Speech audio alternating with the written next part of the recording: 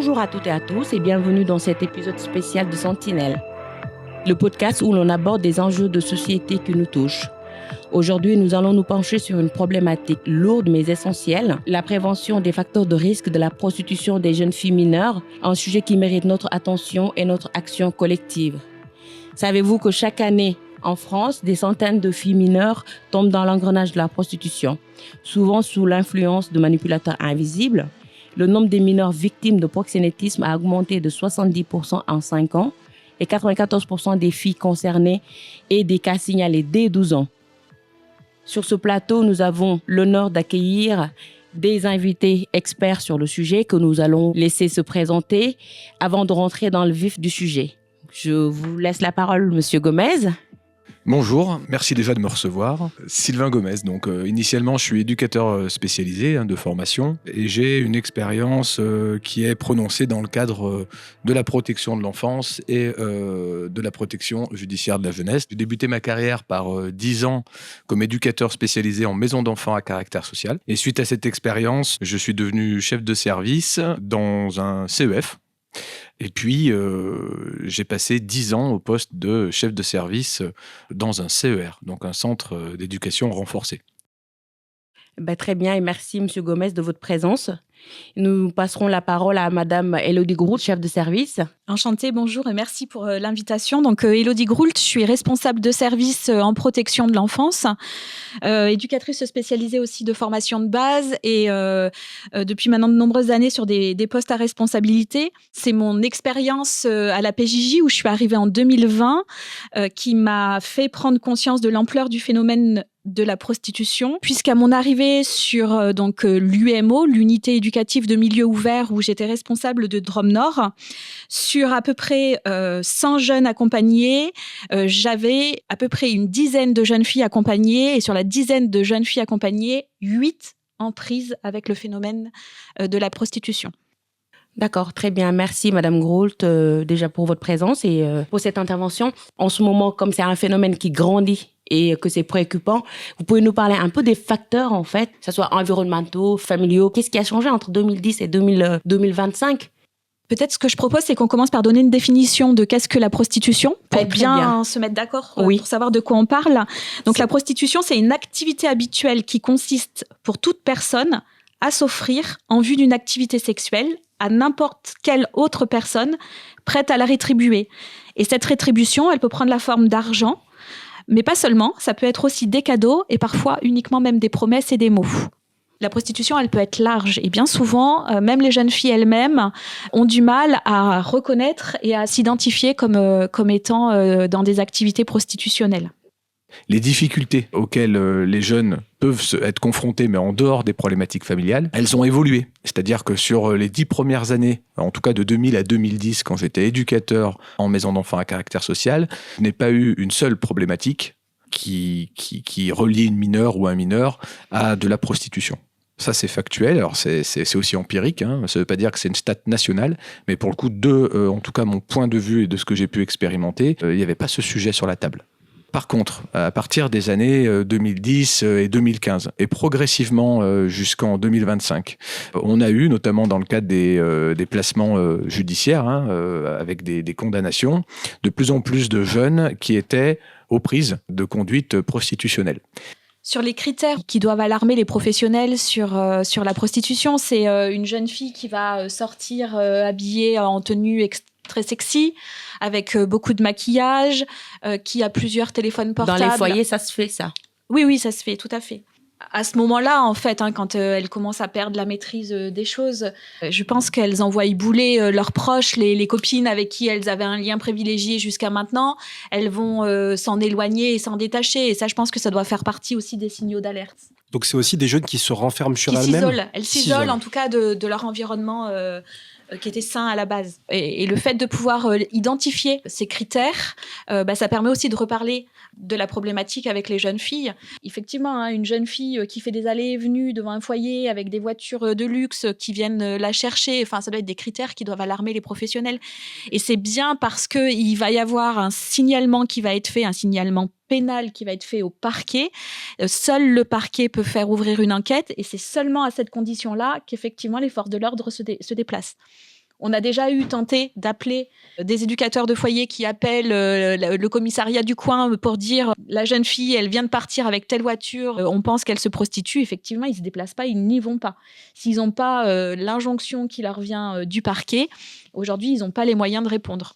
Pour être intervenu pendant 10 ans et de plus en plus, effectivement, sur ce cas de figure, on pouvait, nous, dans le cadre du pénal, aller récupérer des jeunes dans des établissements de la protection de l'enfance, parce qu'elles étaient aussi donc victimes de conduite prostitutionnelle, mais avec des proxénètes.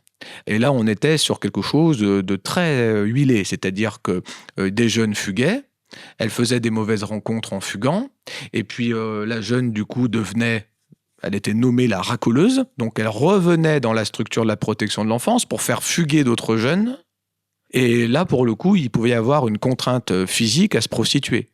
Donc là, je cite un exemple, je suis désolé, mais voilà, c'est des sujets sensibles, mais qui existent. Et il faut pouvoir aussi briser un peu la glace sur ces détails qui sont d'une importance fondamentale. On a eu une jeune qui, effectivement, est arrivée dans un hôtel, elle s'est fait frapper. Pendant ce temps, un autre individu mettait l'annonce en ligne. Donc là, du coup, on rentre dans le réseau, c'est-à-dire qu'en libre accès, on a sur Internet ce qu'on appelle le phénomène d'escorte. Et là, pour le coup, on a des jeunes qui sont en photo, prises en photo, nus, avec les tarifs, etc., et même le détail des prestations. Dans cet exemple-là que je vous livre, là, en l'occurrence, la jeune, elle a été frappée, giflée, jusqu'à ce qu'elle accepte de faire des passes dans cet hôtel. Et donc, elle a été séquestrée dans l'hôtel. Et les individus, donc proxénètes aussi, mais violents, ces agresseurs, voire ces kidnappeurs, se mettaient devant la porte de la chambre, ils ont mis l'annonce en ligne, et donc, toutes les heures, il y a un homme qui venait, et effectivement, il se passait cette prestation. Et cette jeune a pu s'en sortir, parce qu'elle est tombée sur un homme, qui a vu qu'elle était bleue, enfin qu'elle avait été frappée. Et là, en l'occurrence, elle lui a demandé de quand même procéder à l'acte, parce que sinon, elle allait être de nouveau maltraitée. Et là, cette personne-là, en connivence, ont simulé l'acte sexuel pour que les proxénètes, devant la porte de la chambre, puissent penser et croire que la jeune, du coup, faisait le travail, en fait. Concrètement, c'est comme ça qu'ils peuvent en parler. Et dès que l'homme est sorti, il a alerté la police, ce qui fait qu'on a pu extraire cette jeune de cette situation de prostitution contrainte. Donc, vous voyez bien, on est sur un autre critère. Je ferme ma parenthèse, on pourra revenir. Mais... Je vais rebondir quand même là-dessus, parce qu'en fait, on s'aperçoit quand même qu'aujourd'hui, le phénomène de prostitution, il explose, parce qu'effectivement, il y a des réseaux de proxénètes qui développent des réseaux, c'est des réseaux de traite d'êtres humains. Aujourd'hui, c'est moins risqué d'être un proxénète que de faire du trafic de stupéfiants. Donc, on a certains réseaux qui ont déplacé leur activité pour devenir proxénètes. Quand on fait du trafic de stupéfiants, il faut acheter de la matière première qu'on peut avoir sur soi, qu'il faut donner à des revendeurs. Et c'est aujourd'hui beaucoup plus risqué que finalement d'avoir un réseau de filles qui coûte rien et qui peut rapporter par jeune fille 1 000 € par jour aux proxénètes. Et les éducateurs, les professionnels, qu'est-ce qu'ils font derrière ? Les professionnels qui doivent les protéger. Là, c'est tout le travail de sensibilisation qu'il faut faire auprès des professionnels et d'accompagnement, parce que jusqu'à maintenant, ils avaient l'impression de faire de la délation et ne voulaient pas récolter des informations et les transmettre, alors qu'il y a absolument besoin de la collaboration de tous pour protéger ces jeunes filles qui sont victimes, c'est-à-dire récupérer les pseudos des réseaux sociaux, récupérer les plaques d'immatriculation. Aujourd'hui, on tente de faire ouvrir une enquête pénale à chaque fois qu'on identifie une jeune fille qui est à risque. Il faut faire un signalement au parquet et le parquet peut faire ouvrir une enquête pénale. Et dans l'enquête pénale, pour pouvoir avancer, il faut des éléments. Et une partie de ces éléments peuvent être récoltés effectivement par les lieux de placement, qui sont des hauts lieux à risque, aussi pour commencer la prostitution et où les proxénètes rôdent autour des foyers d'accueil d'urgence, autour des hôtels quand il y a des accueils à l'hôtel. C'est des lieux de protection de l'enfance, mais c'est aussi des lieux, c'est des gros pourvoyeurs de jeunes filles qui sont à risque parce que carencées affectivement, et ayant vécu durant l'enfance bien souvent des traumatismes et des agressions sexuelles qui en font des proies faciles. Si on a des mineurs qui tendent à se prostituer ou à être aux prises de mauvaises fréquentations qui aboutissent finalement au même résultat, c'est souvent et à 100% des fois en lien avec, effectivement, tu l'as dit, une défaillance familiale où, pour le coup, on vient aussi combler un manque, on a parfois des libertés qui sont complètement finalement démesurées. Il n'y a pas forcément qu'une forme de laxisme, si je peux employer ce terme-là. On peut tout à fait fuguer parce qu'on est victime de violences intrafamiliales et que du coup, parfois, on a trop de limites. Donc, c'est pour ça que sur notre description du public cible, si vous voulez, c'est pas uniquement des parents où du coup, bien sûr, ça existe. On peut avoir des parents qui ont du mal à s'imposer et à protéger leurs enfants. Moi, je ne suis pas le juge, donc c'est pas moi qui va juger. Chacun a son rôle là-dedans. Mais en tout cas, on le constate. Et puis également, ce qui complète ça, comme je viens de vous le dire, c'est parfois, en tout cas, des oppressions au sein de la famille qui vont pousser finalement des jeunes filles et parfois même, alors peut-être inconsciemment, mais par provocation, et ça on a pu le constater dans le cadre de nos prises en charge éducatives de placement, où on a des jeunes qui vont pour le coup mettre à mal toute leur famille parce qu'effectivement elles vont s'exposer sur les réseaux sociaux et quelque part elles viennent régler de manière très maladroite mais effectivement des comptes puisqu'elles se mettent en même temps victimes, si vous voulez. Donc elles ont été victimes de violences intrafamiliales et elles se remettent victimes pour traiter ces mêmes violences dont elles ont été victimes par une conduite provocatrice qui peuvent les emmener à se prostituer. Donc, vous voyez le cercle vicieux dont parlait Élodie. On est sur des jeunes filles pour lesquelles il faut de l'assistance éducative. Parce qu'on voit bien que du coup, il y a un système familial qui est défaillant, avec des parents qui n'ont pas su poser le cadre et qu'effectivement, ça lâche à tous les niveaux. Ça lâche au niveau de l'école. Mais pourquoi ça lâche au niveau de l'école ? C'est parce qu'il n'y a pas suffisamment de cadre à la maison. Que ces gamines, elles auraient dû être prises en charge bien avant dans le cadre de la protection de l'enfance et que malheureusement, on arrivait à faire un placement pénal parce que c'était le seul lieu qui était suffisamment cadrant et contenant pour parfois juste un vol de bijoux chez Claire's. C'était pas des délits qui étaient majeurs, mais bien par manque de structure avec une prise en charge adaptée. Sur les critères qui peuvent émerger, et Élodie l'a dit tout à l'heure avec Ryan, c'était par exemple le bien matériel. C'est-à-dire qu'on a une jeune, elle est scolarisée, donc on tient ce discours à des collégiens ou à des lycéens, puis on s'aperçoit que pour le coup, si on a quelqu'un qui est aisé, on le voit dès le début de l'année. Oui. En général, c'est Louis Vuitton, etc. Donc ça ne surprend pas d'avoir l'iPhone 45. Mais supposons que là, d'un coup, voilà, dans la classe, on se connaît, on s'observe, c'est le jeu et c'est normal. On apprend à se rencontrer dans un cadre classique scolaire. Et que là, on s'aperçoit que d'un coup, là, il y a des vêtements qui apparaissent, il y a des téléphones portables, voire il y en a plusieurs. Et qu'effectivement, là, on sent qu'il y a en plus des petites problématiques relationnelles qui viennent s'ajouter. Il y a de l'absentéisme scolaire. Là, pour le coup, sur notre échelle, si vous voulez, de l'évaluation, de mon point de vue, après, je parle sous le contrôle d'Élodie aussi, mais on pourrait se rejoindre sur le fait de dire... Ouais, là quand même, on peut se poser la question et interpeller par exemple l'infirmière scolaire ou la CPE en disant mais là ça va parce que voilà. On a aussi à travers les réseaux sociaux une grosse démocratisation de ce mythe du self-made man, de l'auto-entrepreneur et aujourd'hui de jeunes qui s'émancipent d'une certaine forme de système. Qui aspirent à ne pas avoir de patron. Ouais. Exactement. Et est-ce que quelque part c'est des filles qui se saisissent de ce mythe largement promu dans les réseaux sociaux pour essayer de s'émanciper elles-mêmes ? C'est un phénomène multiple, en tout cas, il y a plein de causes. C'est aussi la difficulté d'agir pour enrayer le système. Je pense que le phénomène prostitutionnel, il est en pleine explosion, aussi de par l'évolution de la société, de par les réseaux sociaux, de par les messages qui sont transmis par certains influenceurs et voire même plutôt par certaines influenceuses, où il y a quand même la culture de l'argent, il y a une facilité à se montrer en photo, nue, il y a une démystification aussi des pratiques sexuelles. Donc ça, je pense que ça encourage. Et la prostitution, aujourd'hui, c'est plus des jeunes filles qui font le trottoir tel qu'on peut l'imaginer dans l'ancien temps. Aujourd'hui, c'est des jeunes filles qui font des rencontres via les réseaux sociaux, via les sites internet de rencontres, comme pignon sur rue. Voilà, il n'y a pas de racolage comme ça pouvait se faire auparavant. Et justement, est-ce que vous, les professionnels, vous arrivez à cerner un petit peu les différents réseaux sociaux qui peuvent justement amener à des rencontres mal intentionnées des jeunes ? Avec les proxénètes, c'est par téléphone, SMS, Snapchat. Parce qu'en plus, les messages sont éphémères, ils s'effacent, etc. Voilà. Et donc, tous les deux, entre le proxénète et la mineure qui est donc victime de prostitution, là, on est sur des sites réservés, la plupart du temps, aux escortes. Et il est arrivé qu'on consulte les sites avec les mineurs pour qu'elles puissent effectivement comprendre que dans le factuel, on sait que c'est elle. Avec le proxénète, ça ne se passe pas par les sites d'escorte. C'est le proxénète qui, lui, met l'annonce en ligne, qui met à jour avec le numéro de téléphone qui correspond au téléphone de la mineure. Donc, c'est le téléphone de la mineure qui sonne, puisqu'il nous est même arrivé de prendre le numéro de l'annonce avec la jeune qui est en face de nous, de dire, écoute, c'est pas toi, je suis navré, mais du coup, on va composer le numéro.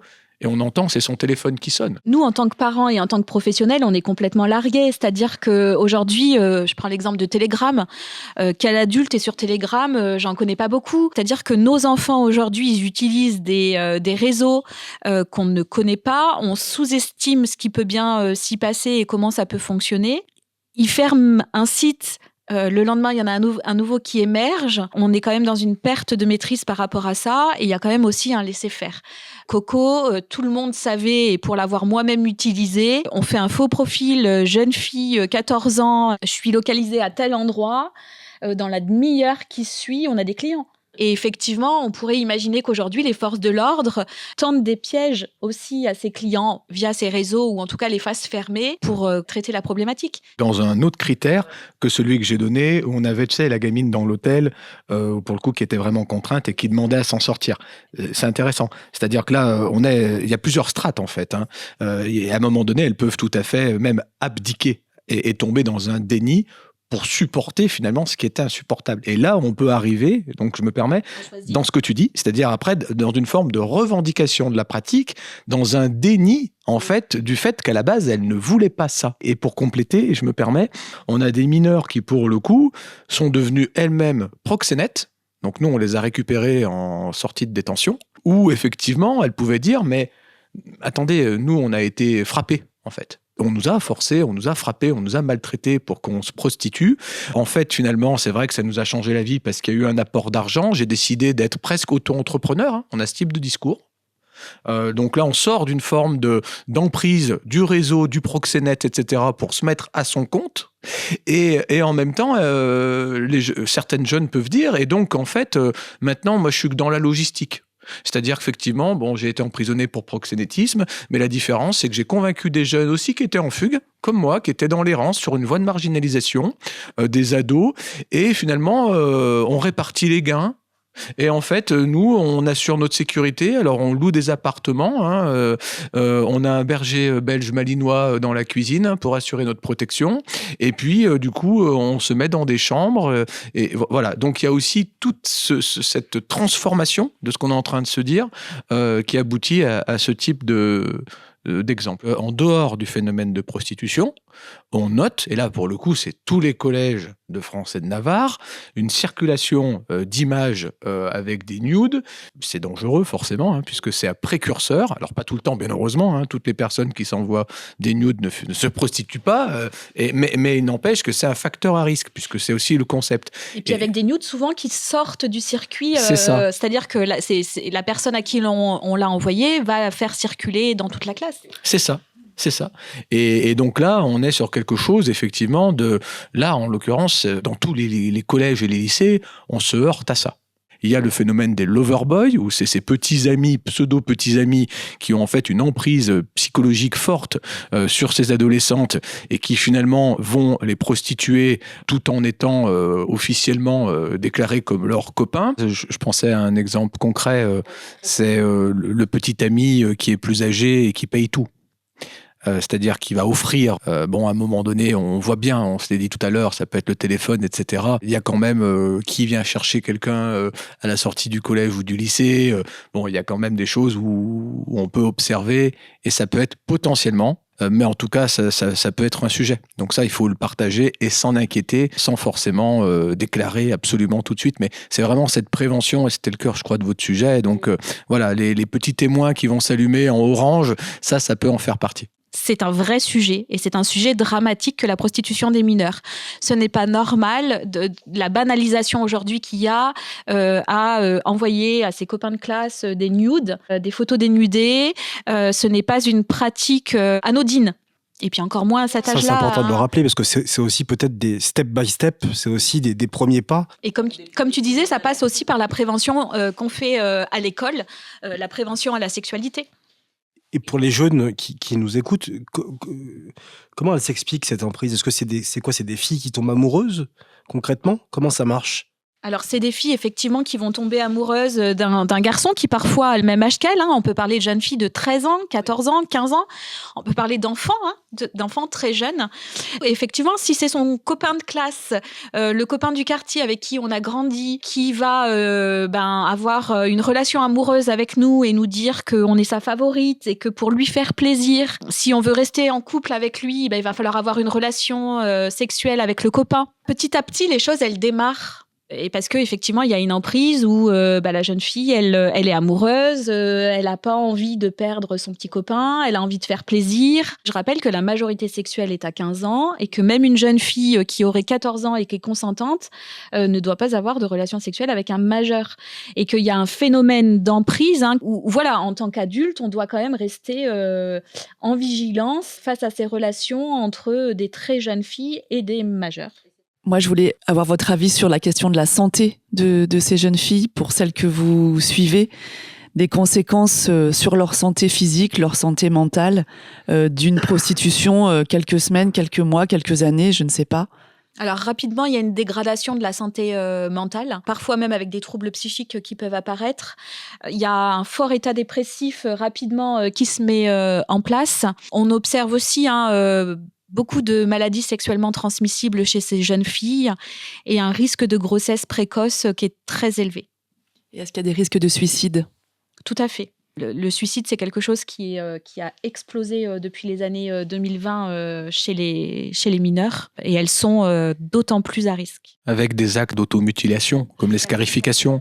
Voilà, c'est comment est-ce que finalement ces angoisses générées par ces conduites prostitutionnelles sont exprimées corporellement, en fait. Voilà, donc ce qui est radicalement de la mise en danger encore et un besoin de prise en charge psychologique. Et de la consommation de produits toxiques, cannabis et autres, aussi pour s'anesthésier. Quand vous dites « et autres », qu'est-ce qu'il y a d'autre comme produits qu'elles peuvent utiliser ? Dans le cadre des fugues, il peut y avoir consommation de crack, de drogue dure, cocaïne, parce que justement, le capital financier, je dirais, il y a les moyens. Voilà, elle rentre aussi dans un état dissociatif. C'est-à-dire qu'effectivement, quand certaines jeunes doivent consommer pour être moins en souffrance dans le cadre des rapports sexuels, concrètement. Voilà. Donc, on est aussi dans un cercle vicieux, et si elles n'ont plus de quoi consommer, c'est bien le proxénète qui vient fournir pour faire en sorte que tout se passe comme lui, il l'entend. Quand elles consomment de la drogue et de l'alcool, elles mangent moins aussi. On peut avoir des jeunes filles qui font le yo-yo au niveau du poids. Une jeune fille qui, d'un coup, va perdre beaucoup de poids et puis quelques mois après, on va la retrouver, elle va avoir pris 10 kilos.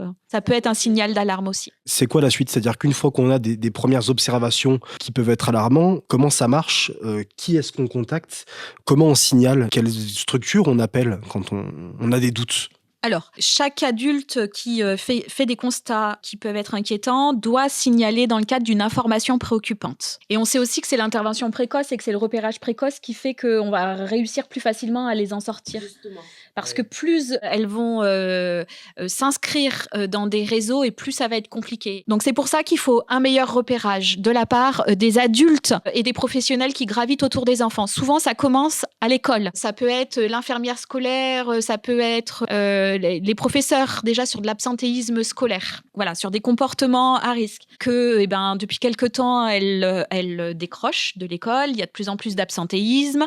Qu'elles ont peut-être changé leur façon de se maquiller, leur façon de s'habiller, qu'il y a une certaine forme d'épuisement et de mal-être. Parfois, une augmentation aussi de la consommation de cannabis ou autre, parce que la pratique sexuelle contrainte génère quand même un fort mal-être. Donc c'est quand même un cercle vicieux qui les emmène quand même à être de plus en plus mal. Donc ça, c'est des choses qui peuvent être observées par les adultes qui gravitent autour d'elles. Alors il y a un plan national de lutte contre la prostitution des mineurs. C'est le 2e plan national. Il y a eu le premier plan taquet et il y en a eu un nouveau là sur le mois de mai 2024. Donc c'est quand même quelque chose qui commence à émerger. Par contre, aujourd'hui, il y a très peu de structures. Il y a Coup de chat au national qui a quelques places d'accueil de jeunes filles, qui à la base ne prend que les jeunes filles qui sont demandeuses de s'en sortir.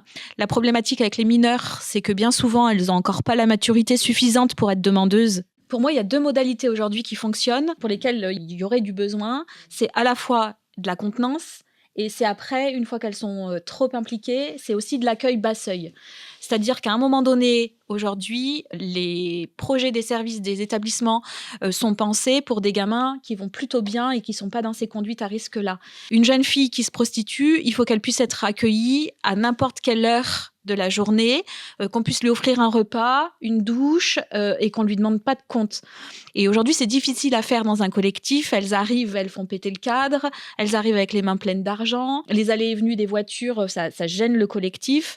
Donc, il faut vraiment penser des lieux qui leur soient complètement dédiés et adaptés avec des modalités particulières. Et aujourd'hui, à part quelques endroits tels que Coup de chat, il y a quand même très peu de structures qui ont développé des projets adaptés. Là, on parle d'établissements de protection de l'enfance. Et là, pour parler de Coup de chat, puisque c'était quand même expérimental il y a quelques années, donc avec un lieu tenu secret.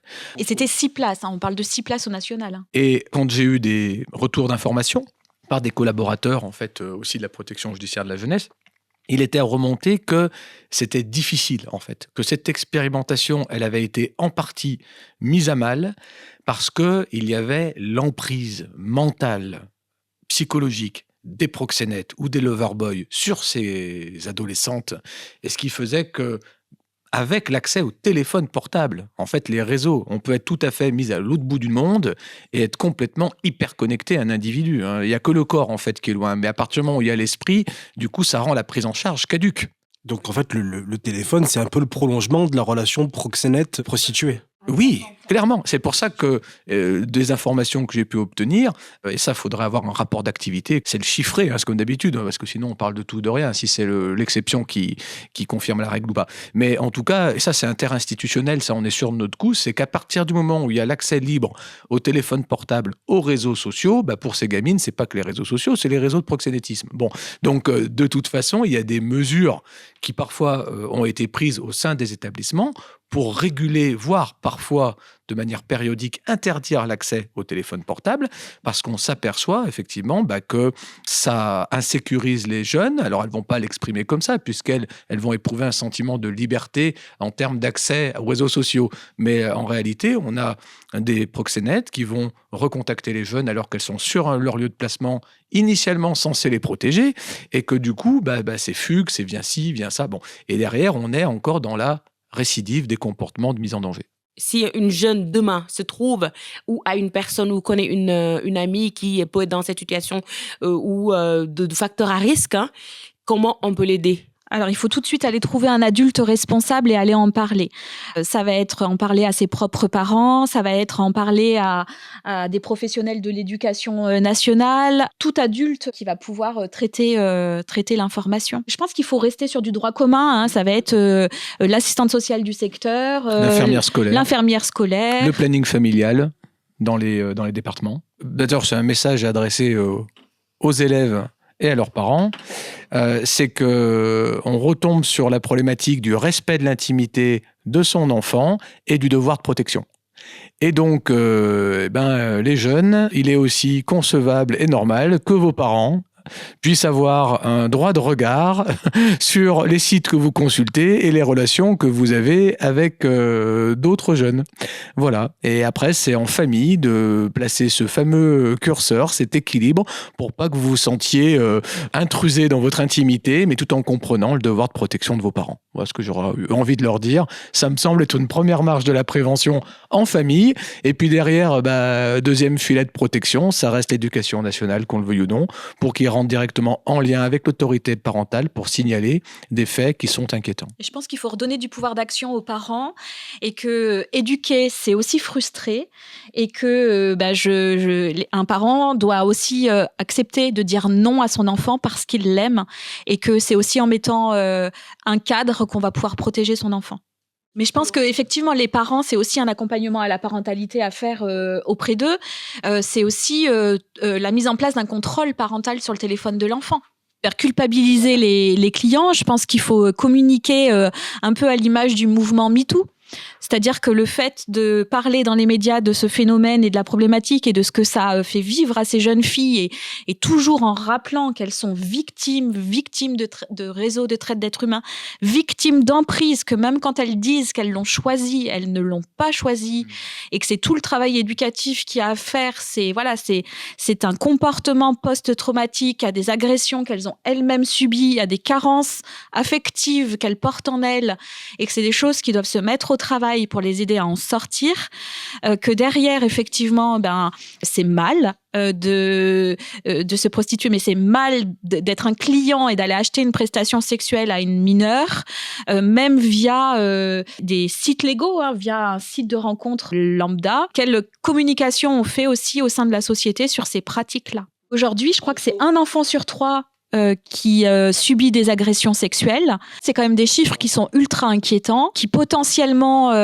font qu'il y a beaucoup de personnes qui peuvent être concernées par ce risque. Et tout ce que ces traumatismes des abus sexuels subis par ces jeunes va leur faire prendre comme conduite à risque par la suite. Il faut vraiment que ce soit des sujets qui soient parlés sans tabou au sein de l'école. Qu'est-ce que c'est que le consentement? Qu'est-ce que c'est que l'inceste? Qu'est-ce que c'est que l'abus sexuel au sein de la famille et en dehors de la famille? Qu'est-ce qu'on doit en faire quand on est soi-même victime ou quand un copain de classe nous fait des révélations et que on en parle et qu'il n'y ait plus d'impunité par rapport à tout ça? Moi, je pensais aussi à devoir de protection des adultes envers les enfants, envers les mineurs, quoi. Revenir vraiment à cette notion de devoir d'une société de prendre soin des plus vulnérables. Et vulnérable ne veut pas dire non citoyen. C'est pas parce que des jeunes sont mineurs qu'ils n'ont pas le droit de penser aussi, d'apprendre à penser sur leurs propres conditions. Je pense qu'on revient de loin. On sort quand même d'éducation, on sort de beaucoup de violence et la violence continue. Mais maintenant, la violence, on la nomme et on la dénonce. Et il me semble que ça, c'est vraiment un point positif. Nous voilà à ce terme de ce débat super passionnant et constructif pour les jeunes surtout et pour les parents. Sachez que vous n'êtes pas seuls. Il y a des professionnels qui sont là pour vous aider. Il y a beaucoup d'adultes qui sont à l'écoute de vos histoires, de vos peines. Donc n'hésitez pas à libérer la parole et sachez que vous trouverez de l'aide. Il ne faut pas rester en isolement. Surtout. Il faut aller chercher de l'aide et vous en trouverez.